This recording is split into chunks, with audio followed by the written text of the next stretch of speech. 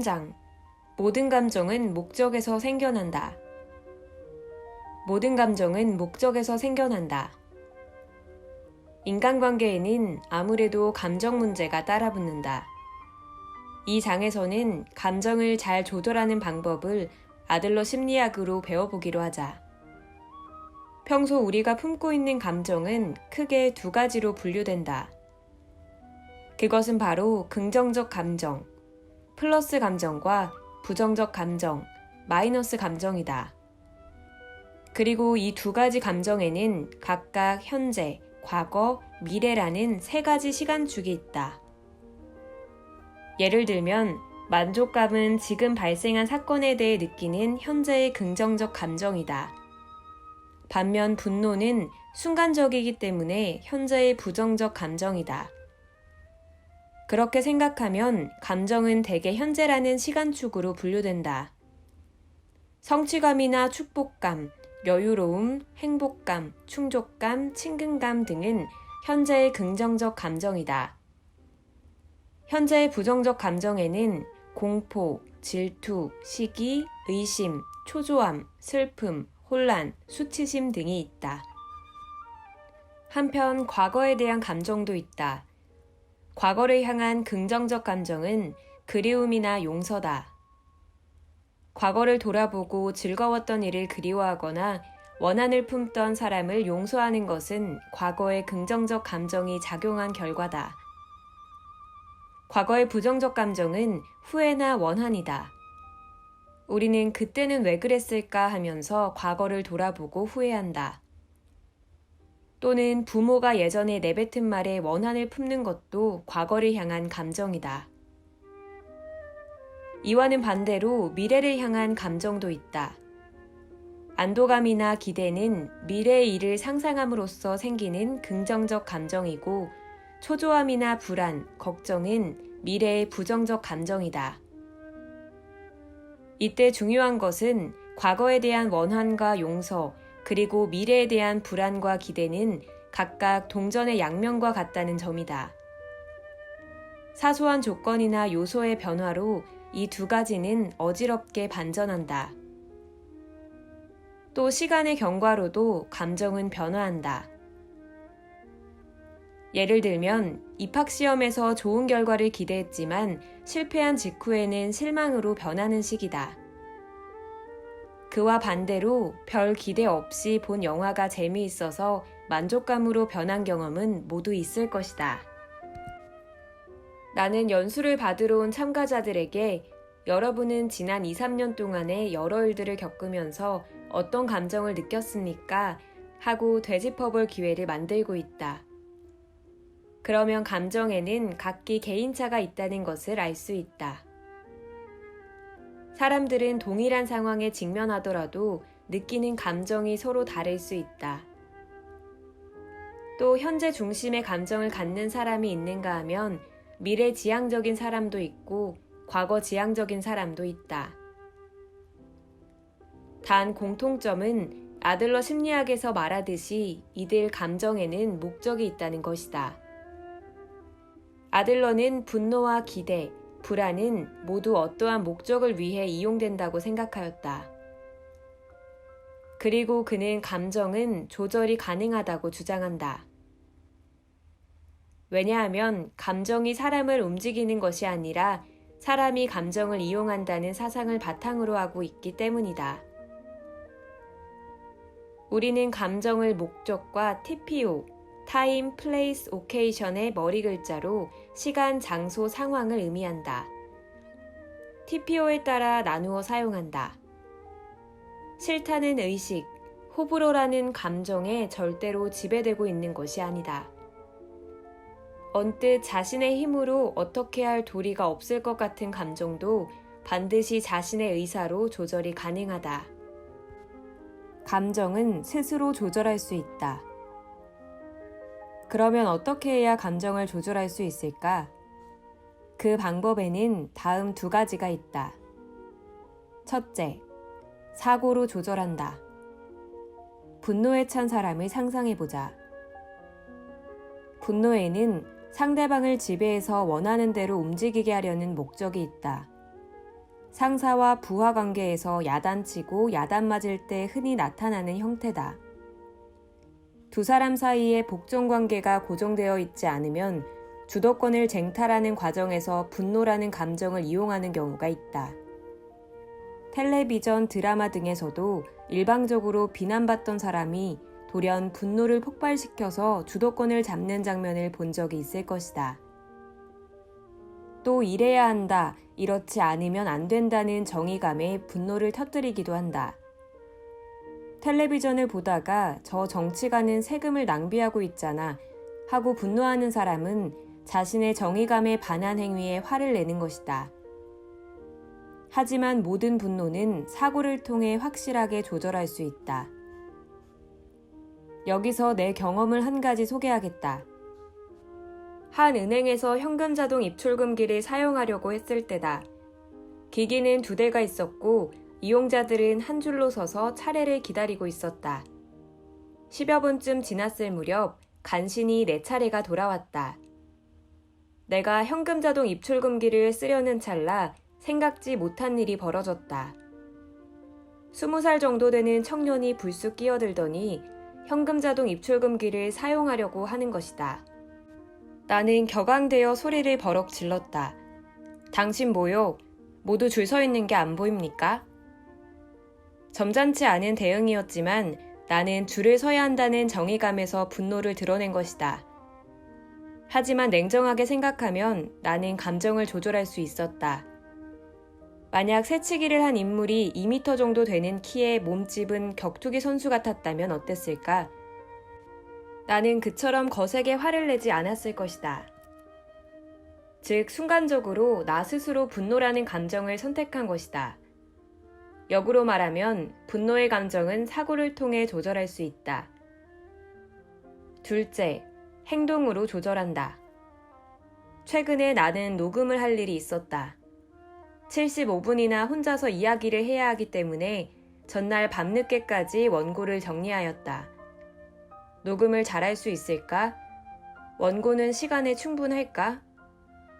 내가 빠뜨린 것은 없을까? 실제로 녹음할 때까지 나는 한없이 초조하고 불안했다. 하지만 무사히 녹음을 마친 뒤 생각해보니 준비를 자꾸만 미루었기 때문에 초조했던 것임을 알 수 있었다. 수일 전부터 미리 원고를 작성하며 준비를 시작했다면 그처럼 초조해하지 않고 녹음을 할 수 있었을 것이다. 즉, 행동을 어떻게 하느냐에 따라서 감정도 조절이 가능하다는 이야기다.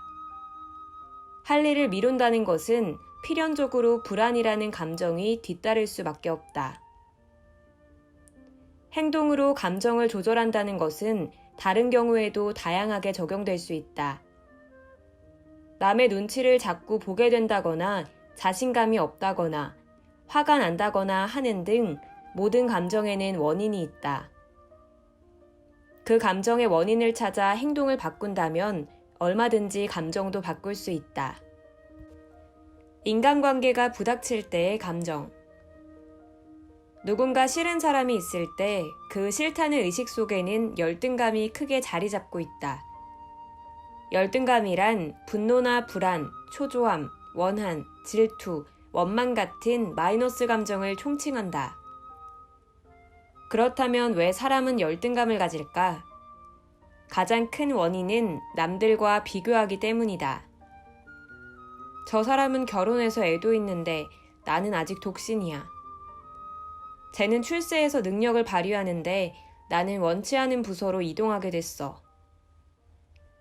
이처럼 타인과 자꾸 비교하다 보니 본인이 상대방에게 뒤처져 있다고 생각하기 때문에 열등감이 생긴다. 특히 자신보다 별로 잘난 것이 없다거나 축복받은 조건, 환경을 가진 사람에게 강한 열등감을 가지기 쉽다. 뒤집어 보면 사실 자신은 상대방과 동일선상에 있고 싶다는 목표가 있는데 현재 상황은 그렇지 않다는 뜻이다. 즉, 목표와 현재 상황의 괴리에 괴로워하는 것이다. 그 사람에게는 지고 싶지 않아. 하지만 지금 상황에서는 졌다는 걸 인정 안 할 수가 없어. 또는 정식으로 붙으면 나만 비참해질 뿐이야. 이처럼 패배를 인정하지 않고 회피하려는 감정이 저 사람은 싫어, 도저히 좋아지지가 않아 라는 거리감으로 나타난다. 열등감은 더할 나위 없이 소중한 벗. 그렇게 생각하면 열등감은 좋지 않은 감정으로 파악될 수 있지만 열등감에도 플러스 의미가 있다. 아들러 심리학에서는 절대 열등감을 부정하지 않는다. 아들러는 열등감은 더할 나위 없이 소중한 벗이라고 간주한다. 도대체 어떻게 된 일일까? 자신이 상대방에게 지고 있다고 느꼈을 때 우리는 두 가지 방향을 설정할 수 있다. 하나는 상대방과 같은 영역에서 겨루는 것이다. 예를 들어 자신보다 출세한 친구들이 부러우면 그들을 추월할 수 있게 노력하면 된다. 다른 하나는 상대방과는 차별화된 영역에서 노력하는 것이다. 예를 들면 직장에서 출세하길 바라는 게 아니라 자원봉사를 열심히 해서 모두에게 공헌하는 존재가 되는 것도 한 가지 길이 될 수 있다. 다시 말해, 아들러는 열등감이 자신을 한층 성장시키기 위해 분발할 수 있는 계기가 된다는 점에 착안하였다. 나는 고교 시절에 싫어하던 친구가 한 명 있었다. 그는 공부를 안 하는 것 같은데도 시험을 보면 항상 나보다 성적이 좋았다. 나는 공부로는 그를 당할 수 없다는 사실에 열등감을 느꼈고 그와 거리를 두고 지냈다. 하지만 그의 존재는 내 노력의 원동력이기도 했다. 그를 경쟁자로 보고 오로지 그에게는 지고 싶지 않다는 일념으로 공부한 결과 그와 학부는 달라도 같은 대학에 진학할 수 있었다. 싫은 사람이 존재하고 남에게 열등감을 느끼는 것도 인간이 지니는 건전한 마음의 작용이다. 상대방에게 열등감을 느꼈다면 적당히 거리를 두면서 속으로 경쟁자로 여기고 자신의 역량을 높이는 것도 한 방법이다. 좋아요를 많이 받지 못하면 왠지 불안하다. 우리는 누군가가 싫더라도 그러면 안 된다는 생각에 자신을 괴롭힌다. 그 감정의 이면에는 다음 두 가지 마음이 작용한다. 하나는 동조 압력이다. 이것은 다른 사람들과 같아야 한다는 생각을 말한다. 모두 그와 사이좋게 지내니까 나도 친하게 지내야 돼. 나만 그가 싫다면 나한테 문제가 있는 건 아닐까? 다른 하나는 승인 욕구다. 아래와 같이 모두에게 인정받고 싶다는 강박관념을 말한다. 모두 나를 좋아했으면 좋겠어. 미움받고 싶지 않아. 한 사람이라도 사이가 안 좋으면 겁이 나. 모두 아들러 심리학에서 보면 제2장에서 서술한 용기가 꺾인 사람이다.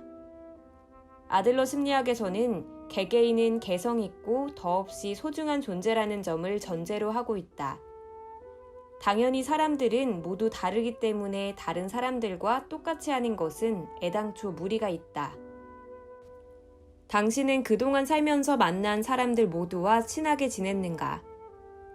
진학하고 전학을 가고 취직하고 이직을 해도 반드시 싫은 사람이 있지 않았는가? 거듭 말하지만 사람들에게는 궁합의 법칙이 있다. 평범하게 살아도 전체의 20% 정도는 싫은 사람이 생긴다. 그렇기 때문에 모든 사람들을 좋아하겠다라는 무모하기까지 한 목표를 세우는 일은 이제 그만두자. 대신 자신은 남들과 달라도 된다고 받아들이자. 좋은 사람도 있지만 싫은 사람도 있다. 설령 누군가가 싫더라도 일에서는 동료로서 협력할 수 있기에 굳이 좋아하려고 애쓰지 않아도 된다. 그리고 남에게 인정받고 싶다는 바람도 버리도록 하자. 페이스북 친구가 적으면 나 스스로 가치가 없는 사람처럼 느껴진다. 좋아요를 많이 받지 못하면 왠지 불안하다. 그런 생각에서 필사적으로 SNS상에서 사람들과 관계를 맺으려고 하고 있지 않은가. 그런 일에 귀중한 하루 시간의 대부분을 쓰고 허무해하거나 괴로워하고 있지는 않은가.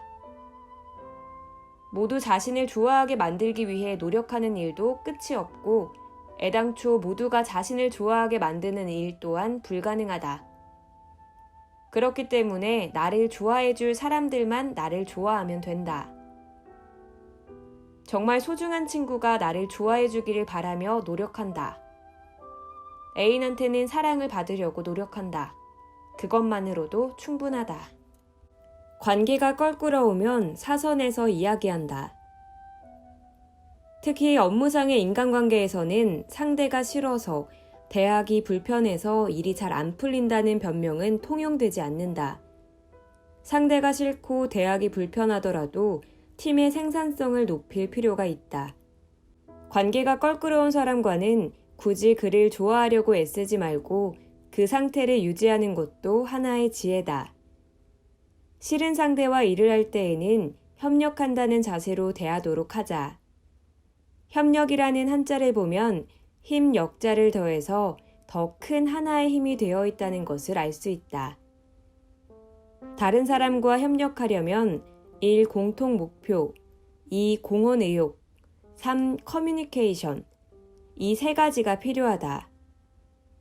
최소한의 커뮤니케이션을 취하면서 서로 관계를 맺고 공통 목표를 향해서 힘을 합쳐 행동하는 것이다. 상대방과 관계가 어긋나 있더라도 대하는 방법은 얼마든지 생각해 볼 수 있다. 한 회사 부장님의 상담을 예로 들어보겠다. 그녀에게는 부하 직원이 여러 명 있었는데 그중 한 사람과 관계가 껄끄러워서 고민이었다. 그 부하 직원은 업무에서는 나름대로 성과를 내는 타입이었지만 실은 부장인 그녀 앞에서만 열심히 하는 척 할 뿐이었다. 그녀의 시선이 닿지 않는 곳에서는 날림으로 일을 하고 있었다. 그녀는 자신의 평가에만 신경 쓰며 행동하는 부하 직원을 어떻게 다룰지 고민하는 듯 했다. 어느새 그 부하 직원을 대하는 일도 불편해졌다고 한다. 그래서 나는 그녀에게 그 부하 직원을 포함해 여럿이서 함께 이야기할 자리를 가지라고 제안했다. 1대1로 대하면 부하 직원을 나무라는 분위기가 조성되기 때문에 상사 2명, 부하 직원 3명 등 여럿이서 대화를 나눌 기회를 갖고 솔직하게 이야기를 하는 것이다. 그러면 부하 직원의 인정받고 싶다는 욕구는 분산된다. 또한 부장 한 사람이 아니라 다른 상사나 동료, 후배도 자신의 일하는 모습을 평가하고 있고 같이 협력해서 일을 해가는 관계라는 점을 깨닫는다.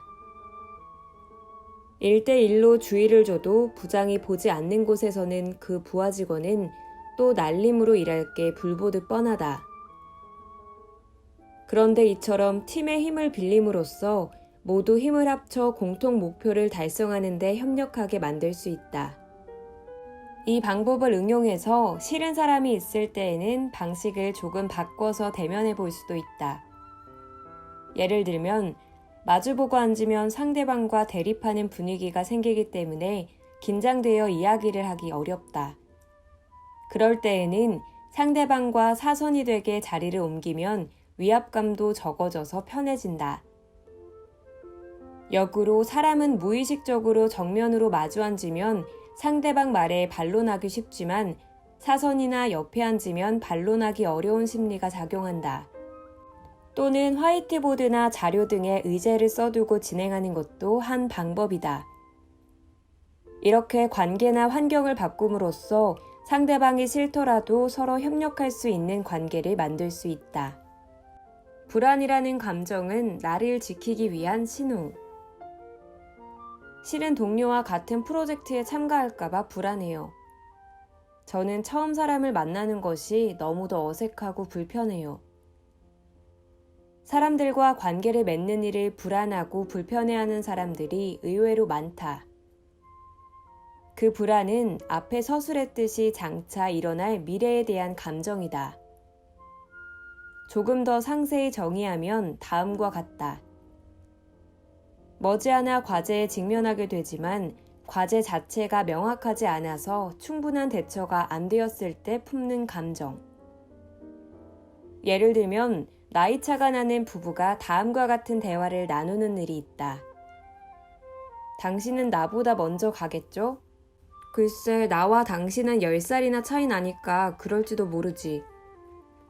당신은 상속 걱정을 안 하는데 갑자기 무슨 병고라도 생겨서 아이들이 서로 다투기라도 하면 큰일이잖아요. 나는 그런 건 싫어요. 그런가? 그런 일도 생각해야 하나? 다시 말해, 남편은 미래에 대해 별로 불안감이 없지만 아내는 남편보다 불안해한다. 하지만 불안감이라고 해서 결코 나쁜 것은 아니다. 불안이라는 감정은 자신을 지키거나 행동을 촉구하는 역할을 한다. 자신을 위해 공부하고 가족을 위해 상속을 준비하는 등 더 잘 살아가기 위해 우리는 불안이라는 감정을 이용하며 살고 있다. 인간관계에서도 어떤 사람과 이야기를 하는 것이 부담스럽다는 불안감은 자신을 지키기 위한 신호일 수 있다. 그 사람과 대화를 잘 나누기 위해 마음의 준비가 필요한 것이다. 그리고 실제로 무슨 이야기를 할까, 어떻게 대할까를 생각함으로써 그 사람과 어색해지지 않게끔 준비하면 되는 것이다. 불안감은 인간관계를 키우는 중요한 양분. 불안감은 지극히 인간적인 감정이다. 개나 고양이는 불안감을 가지고 살지 않는다. 따라서 불안감을 느낀다는 것은 고도의 생물이라는 증거다. 불안해서 준비를 한다는 것은 오히려 칭찬받아 마땅한 일이다. 다만 지나친 불안감에 대해서는 다시 한번 생각해 봐야 한다. 나의 성공 지도라는 책을 보면 존 맥스웰이라는 미국 목사가 미시건 대학에서 불안감의 합리성에 대해 연구한 결과가 인용되어 있다. 그에 따르면 인간의 불안감 중 60%는 아무 근거가 없다고 한다. 20%는 과거에 이미 일어난 일에 대한 불안감, 10%는 전혀 영향력이 없는 불안감, 5%는 막연한 불안감이다. 그리고 실제로 일어날 가능성이 있는 불안은 나머지 5%에 불과하다는 것이다. 이처럼 불안감이 실현될 가능성은 지극히 낮다는 점을 명시하자. 그리고 인간관계에서 불안해졌을 때 그것은 사람들과 잘 어울리기 위해 필요한 마음의 작용이라 이해하고 심각하게 받아들여서는 안 된다. 아들러 심리학은 그러한 근거 없는 일에 휘둘리지 않고 확실한 목표를 가지고 미래로 나아가기 위한 발판이 되어준다. 복수하고 싶은 감정, 원한. 이번에는 싫은 사람에게 당했던 지난 처사에 대한 원한이라는 감정을 살펴보자. 원한이란 상대적인 강자에게 복수하고 싶다는 감정이다. 상대적인 강자란 어린이에게는 부모, 부하 직원에게는 상사 등이 된다. 나는 부모에게 가정폭력을 휘두르는 자식들을 많이 만나면서 그들이 모두 큰 원한을 품고 있다는 사실을 알았다. 예를 들면 어릴 적 아버지로부터 학대를 받고 자란 A군은 고등학생이 되어 아버지보다 몸집이 커지자 그동안 쌓인 원한이 폭발하여 아버지에게 폭력을 휘두르게 되었다. 원한이라는 감정은 쉽게 속죄되지도 치유되지도 않는다. 가정폭력을 당한 아이들 중에는 부모에게 무릎을 꿇으라고 요구하는 경우도 있다. 부모가 잘못을 인정하고 무릎을 꿇으면 이번에는 금전을 요구한다. 그 돈을 다 쓰면 다시 원한 감정이 나와서 무릎을 꿇게 하고 금전을 요구한다. 그들은 이구동성으로 이런 것으로는 속죄가 되지 않는다라고 말한다. 이로써 원한에는 끝이 없다는 것을 알 수 있다. 당신은 상사와 부모에게 원한을 품고 있지 않은가? 원한이라는 감정에 휘둘리고 있지 않은가? 원한을 품으면 용기가 꺾이고 상대방과의 관계도 악화되기 때문에 당사자들만으로는 해결하기가 어려워진다. 특히 가정폭력 등의 사례는 제3자가 관여할 필요가 있다. 내가 상담을 의뢰받았을 때에도 어디까지나 제3자의 입장에서 부모 자식 간의 조율자로서 서로의 이해관계를 조율하려고 하였다. 부모 자식 간의 관계가 악화되어 도무지 조율이 어려운 상황이라면 변호사나 경찰이 관여해서 법적으로 해결할 수밖에 없다. 앞에 언급했듯이 감정은 스스로 조절이 가능하지만 아무리 복수해도 원한 감정이 충족되지 않는 단계까지 이르면 혼자서는 감당하지 못하게 된다. 만약 당신이 원한 감정이 생겨서 상대방이 싫어졌다면 반드시 상사 이외의 연장자나 다른 가족을 중개로 하여 커뮤니케이션을 도모해야 한다. 제3자를 조율자로 세우고 싫다는 의식을 개선하기 위해 노력하는 편이 바람직하다. 질투라는 감정. 다음은 질투심이다. 질투심은 세 사람의 관계에서 생겨나는 감정이다. 질투라는 감정을 정의해보자. 타인에 의해 가까운 사람 또는 자신의 권리를 잃게 될 때 의혹을 가지고 타인 혹은 가까운 사람을 배제하거나 가까운 사람을 유지하기 위해서 사용하는 감정. 질투와 유사한 감정에 선망이 있다. 선망이 질투와 다른 점은 선망은 양자관계로 자신도 상대방과 똑같아지고 싶다는 마음이 포함된다는 점이다. 즉 상대방의 플러스 요소를 연애에서 발생하는 질투를 생각하면 가장 이해하기 쉽다. 경쟁자에게 연인을 빼앗길 수 있다는 생각만으로 머릿속이 의혹으로 넘치고 심하면 연인이 전화나 문자만 해도 의심의 눈초리를 보낸다. 그리고 질투심에 사로잡혀서 경쟁자를 배제하고 연인을 구속하려고 한다. 셰익스피어의 오셀로, 톨스토이의 크로이처 소나타 등 질투를 주제로 한 문학 작품들이 동서고금을 막론하고 수없이 많이 발표되지 않았는가. 아들러의 제자 중에서 가장 우수했던 베란 울프는 질투에 대해 다음과 같이 언급한다. 질투는 사랑이라는 나무를 휘감아서 가지를 마르게 하고 뿌리까지 못쓰게 하는 독성의 덩굴과도 같다. 그것이 무성해지면 사랑과 사랑하는 사람은 죽임을 당하고 사랑의 대상을 노예로 만들고 그로 인해 사랑은 성립하지 못한다. 그것이 쇠하면 양자에게 불행이 닥친다. 질투는 가장 비인간적이고 파괴적인 감정 중 하나다. 나약한 사람, 겁 많은 사람, 무지한 사람이 사용하는 도구이며 비극만 초래할 뿐 아무런 효과도 없다. 그리고 다음과 같이 이어진다. 사랑은 대등한 자들 사이에서만 성립한다. 질투는 질투심에 사로잡혀서 감시당하는 사람의 가치를 깎아내리고 그 사람을 경멸하는 것이다. 그리고 질투의 대응책도 언급한다. 질투를 느끼면 자신의 안전 기반이 흔들리고 있는지 확인해야 한다. 질투심을 극복하려면 반드시 상대방과 견고한 신뢰관계를 구축해야 한다. 만약 질투심이 생긴다면 자신은 정말 상대방을 신뢰하는지 다시 확인해보자. 구체적으로는 자신의 마음을 분명하게 전달하는 방법도 있다. 나는 땡땡해서 너한테 질투가 나. 그래? 그건 오해야. 하지만 그와 문자를 주고받았잖아. 자, 문자를 확인해봐. 업무 이야기밖에 없어. 이처럼 신뢰감을 다시 형성함으로써 질투심을 극복할 수 있다. 분노의 이면에 숨어있는 1차 감정. 이번에는 분노 조절에 대해 조금 더 살펴보자. 이성을 잃을 정도로 화가 난다면 화의 근원이 되는 1차 감정을 파헤쳐보자.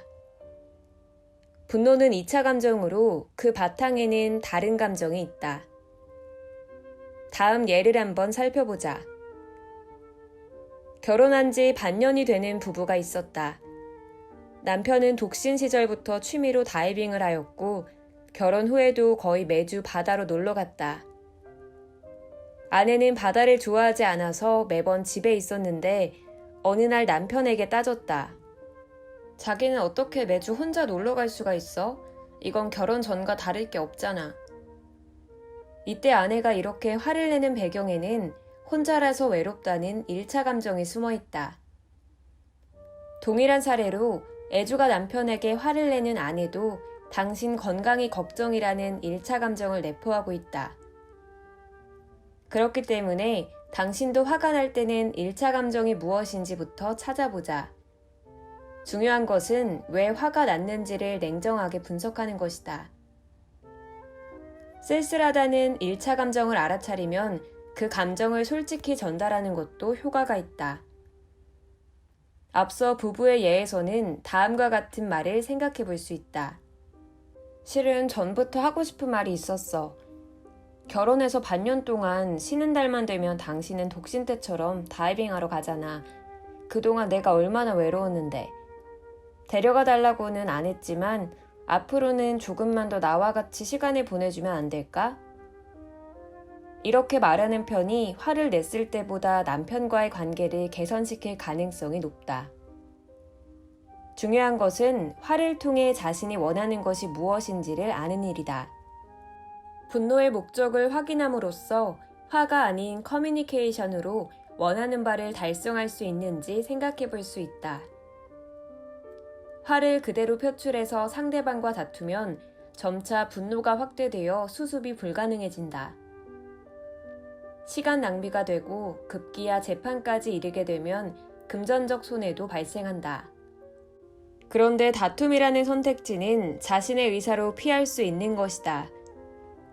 당신은 자신의 의사로 공동과제를 해결하려는 건설적인 대응을 할지 아니면 분노라는 감정에 맡긴 채 비건설적인 대응을 할지 선택할 수 있다. 화가 났을 때에는 부디 그 사실을 떠올려 주길 바란다. 나에게 상처 주는 사람이 왜 이리 많을까? 나는 사람들과 잘 어울려 지내고 싶은데 나에게 상처 주는 사람이 왜 이리 많을까? 저 사람은 아무런 생각 없이 한 말이겠지만 상처가 되어 도저히 잊히지가 않네. 시간이 흘러도 그 말이 자꾸 떠올라서 괴롭고 사람을 만나기가 점점 싫어져. 등등 다른 사람에게 쉽게 상처를 주는 사람이 유독 자신의 주변에 많은 것 같다고 생각해 본 적이 있지는 않은가. 나 역시 인간관계로 인해 우울해질 때가 있다. 그럴 때에는 신세를 진 사람이나 선인들이 남긴 말을 되새기면서 지금 자신에게 무엇이 가장 중요한지 떠올려 보자. 가령 나는 영국의 정치가 처칠의 말을 떠올린다. 돈을 잃은 것은 적게 잃은 것이다. 그러나 명예를 잃은 것은 크게 잃은 것이다. 더더욱 용기를 잃은 것은 전부를 잃은 것이다. 반드시 위인의 말이 아니라도 된다.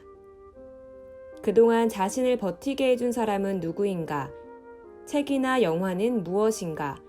등 원점에서 확인해보면 그것들이 자신의 버팀목이 되어준다. 나는 좋아하는 말이나 불교의 가르침, 그리고 가장 중요한 아들러의 가르침을 되짚어봄으로써 괴로운 감정을 많이 극복할 수 있었다. 평소 자신에게 힘이 된 말이나 좌우명 등을 수첩에 적어두면 좋다. 우울할 때마다 수첩을 펼쳐서 소중한 말들과 마주하는 시간을 만드는 것이다. 그 밖에도 그동안 가장 힘들었던 일과 비교해보는 방법이 있다. 누구나 가장 힘들었던 때와 비교해보면 지금 겪고 있는 일이 그보다 더한 일은 아닐 것이다. 지금의 나는 과거의 내 인생 최대의 위기를 극복한 사람이다. 다시 말해, 그보다 못한 일이라면 분명히 극복할 수 있다는 의미다. 지금은 괴롭지만 예전에 엄청난 일에 비하면 별것 아니니까 어떻게든 대처할 수 있을 거야. 이처럼 마음을 고쳐먹는 것도 어려운 인간관계를 극복하는 지혜가 아닐까. 물에 빠지면 지푸라기라도 잡고 물에서 빠져나와야 하듯 우울과 상처의 늪에서 빠져나올 수 있는 나만의 동아줄을 미리 준비해 놓길 바란다. 고독도 하나의 기회가 된다.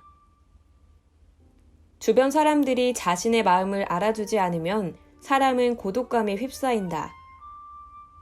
고독감은 자기 자신의 안심감, 소속감, 신뢰감의 세 가지가 결여되면서 수반되는 있을 곳이 없다는 마음을 나타낸 감정이라고 정의된다. 고독은 절대 문제가 되지 않는다. 고독해도 고립된 것이 아니기 때문이다.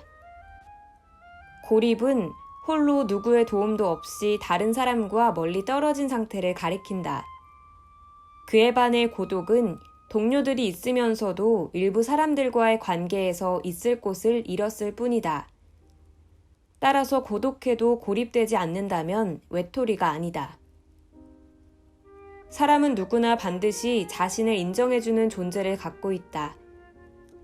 애당초 고독은 현재의 소속을 일시적으로 잃었을 뿐 과거와 미래에도 계속 있을 곳을 잃은 것이 아니다. 그렇기 때문에 고독을 필요 이상으로 두려워하지 않아도 된다. 고독감을 느꼈을 때에는 상대에게 공헌함으로써 있을 곳을 만드는 일부터 시작해보자. 내가 회사원으로 있을 때 한 판매 회사에 파견되었다. 그때 몹시 고독감을 느낀 적이 있었다. 그동안 전혀 관계없던 사람들에게 둘러싸여서 나는 외계인 같은 대우를 받았다. 모두 내 일거수일투족에 주목했다. 내 일솜씨를 보겠다며 일하는 모습을 관찰했던 것이다. 나는 내가 있을 곳을 만들기 위해서 우선 열심히 일을 해 동료와 직장에 공헌하기로 마음먹었다. 작은 친절, 작은 공헌을 거듭함으로써 마침내 주변 사람들에게 받아들여질 수 있었다. 이해를 돕기 위해서 고독한 체험을 잘 활용한 인물을 예로 들어보겠다. 일본 근대문학의 대표 작가 모리 오가이는 고쿠라 일기라는 작품을 남겼다. 이 소설은 모리 오가이 자신이 고쿠라로 자천되었을 때의 체험을 일기로 엮은 것이다. 고쿠라 일기에서 모리 오가이는 왕성하게 문학을 공부하고 클라우제비츠의 전쟁론을 번역했으며 가장 많은 벗을 얻기도 했다. 다시 말해 고독한 시간 속에서 다양하고 새로운 세계를 만나며 세계관을 넓혔던 것이다. 이 사례는 고독도 하나의 기회가 된다는 점을 시사한다. 사람을 끌어당기는 웃음의 힘. 제2장에서 서술했듯이 아들러 심리학에서는 웃음을 중시한다. 웃음이라는 감정에는 사람과 사람을 끌어당기는 효과가 있다. 그렇기 때문에 함께 웃을 수 있는 친구와 지내는 시간을 적극적으로 만들어야 한다. 나는 웃음을 유발하는 방법으로 개그를 추천한다. 텔레비전의 개그 프로그램을 봐도 좋고 DVD나 코미디 영화를 봐도 좋다. 공연장이나 극장에서 라이브로 웃음을 체감하는 것도 의미가 있다. 뱃속에서 우러나와 웃으면 웃음이 전염되어 다른 사람이 다가가기가 수월해진다. 나는 우울증에 걸린 내담자를 상담할 때는 반드시 근처 서점에서 유머집을 구입해서 읽어보라고 부탁한다.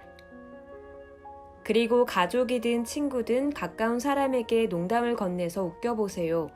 그게 잘 안 되면 다음에 저와 만날 때 농담으로 저를 웃겨주세요 라고 숙제를 내곤 하였다. 실제로 농담을 연습하면 심각한 고민에서 벗어나게 된다. 자신을 높은 곳에서 내려다봄으로써 왜 이깟 일로 고민했지 하고 깨닫는 것이다. 그러면 어느새 인간관계의 괴로움도 해소된다. 기분이 다운되면 한껏 다운된다. 자꾸만 기분이 처진다면 억지로 기운을 내려 하지 말고 처져 있는 시간을 만들어 보는 것도 한 방법이다. 웃음이 안 나오는 상태에서는 일단 마이너스 감정에 한껏 빠져보자. 억지로 개그 프로그램 등을 보지 말고 슬픈 감정에 동조한다. 일단 불평을 토로하거나 우는 시간을 만듦으로써 자연히 다른 감정으로 향할 수 있다. 한 여성이 불륜과 연관된 고민을 상담해온 적이 있었다. 그녀는 직장 동료와 사랑에 빠져서 부적절한 관계를 맺게 되었다고 한다. 당신은 남편분과의 관계를 되돌리고 싶습니까? 아니면 남편과 헤어져서 그 남자 동료분과 사랑을 키워가고 싶습니까? 그 물음에 그녀는 불륜 관계는 끝내고 남편과 새로 시작하고 싶다고 대답하였다. 그러면 관계를 회복하고 싶다는 거군요. 네, 하지만 저는 남편에게 정말 몹쓸 짓을 했어요. 죄책감으로 남편 얼굴도 똑바로 못 보겠어요. 그녀의 말을 들었을 때 나는 그녀의 죄책감에 목적이 있다는 것을 알아챘다. 아들러는 죄책감에도 목적이 있다고 말한다. 그 목적이란 내가 이렇게 나 자신을 비난하고 있으니까 당신은 나를 비난하지 말아요 라는 자기 방어의 목적이다. 나는 죄책감의 목적을 지적하는 대신 다음과 같이 말하였다. 그러면 당신이 죄책감과 마주할 방법을 알려드리지요. 집에 돌아가셔서 저녁 8시가 되면 반드시 차이콥스키의 비창을 들어주세요. 45분 정도 걸리는데 그동안 불은 끄시고요. 네. 그 상태로 나는 정말 형편없는 사람이야, 구제불능이야 하면서 최대한 기분을 가라앉히는 겁니다. 얼마나 하면 될까요? 우선 2주 동안 해보세요. 그녀는 내 조언을 충실하게 실천했는지 2주 뒤에 다시 상담을 받으러 왔다. 그녀의 표정은 이전과 달리 차분했다. 어쩐지 효과가 나타낸 듯 했다. 어떻습니까? 네, 일주일 동안 했더니 이게 뭐 하는 짓인가 싶었어요.